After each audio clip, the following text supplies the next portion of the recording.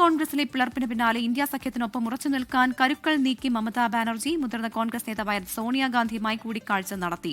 PR അരവിന്ദാണ് ഡൽഹിയിൽ നിന്ന് ചേരുന്നത്. വിവരങ്ങളുമായി അരവിന്ദ്, സ്വന്തം പാർട്ടിയിൽ നിന്ന് തന്നെ വലിയ തിരിച്ചടി മമതാ ബാനർജി നേരിടുന്ന സാഹചര്യത്തിലാണ് ഇപ്പോൾ സോണിയാഗാന്ധിയുമായി കൂടിക്കാഴ്ച നടത്തിയത്. കൂടിക്കാഴ്ച എത്ര നേരം നീണ്ടു, എന്തൊക്കെ കാര്യങ്ങൾ ചർച്ചയായെന്ന് വ്യക്തമാകുന്നുണ്ട്?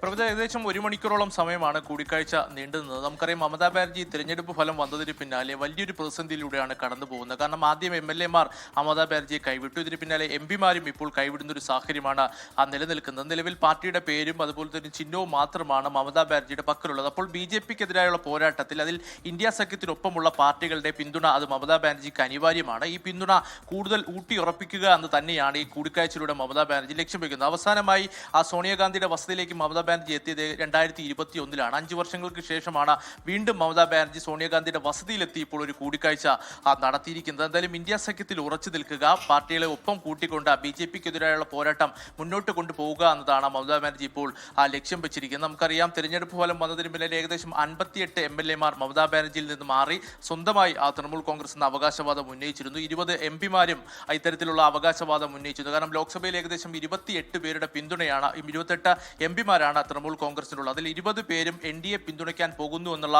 റിപ്പോർട്ടുകൾ പുറത്തു വന്നിരുന്നു. കഴിഞ്ഞ ദിവസം ഇതുമായി ബന്ധപ്പെട്ട കത്ത് ലോക്സഭാ സ്പീക്കർക്ക് നൽകിയെന്നും വിമതർ വ്യക്തമാക്കിയിരുന്നു. എന്നാലും ഈ ഒരു പ്രതിസന്ധി ഘട്ടം മറികടക്കുക, മറ്റ് സഖ്യകക്ഷികളെ, കാരണം ഇന്ത്യ സഖ്യത്തിലെ മുന്നണികളെ മറ്റ് പാർട്ടികളെ കൂടി ഒപ്പം കൂട്ടി ഒരുമിച്ച് മുന്നോട്ട് പോവുക എന്നതാണ് മമതാ ബാനർജി ഇപ്പോൾ ലക്ഷ്യം വെച്ചിരിക്കുന്നത്. ഇതിന്റെ ഭാഗമായിട്ടാണ് ഈ കൂടിക്കാഴ്ച നടത്തുന്നത്.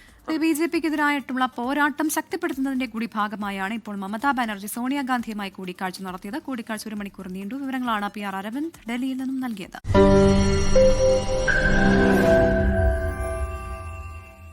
ലോകത്തെവിടെയായാലും ഏത് സമയത്തും 24 വാർത്തകളും ഓഗ്മെന്റഡ് റിയാലിറ്റി പാക്കേജുകളും എക്സ്പ്ലെയിനറുകളും വിശദമായി കാണാൻ ഞങ്ങളുടെ YouTube ചാനൽ നിങ്ങൾക്ക് സബ്സ്ക്രൈബ് ചെയ്യാം.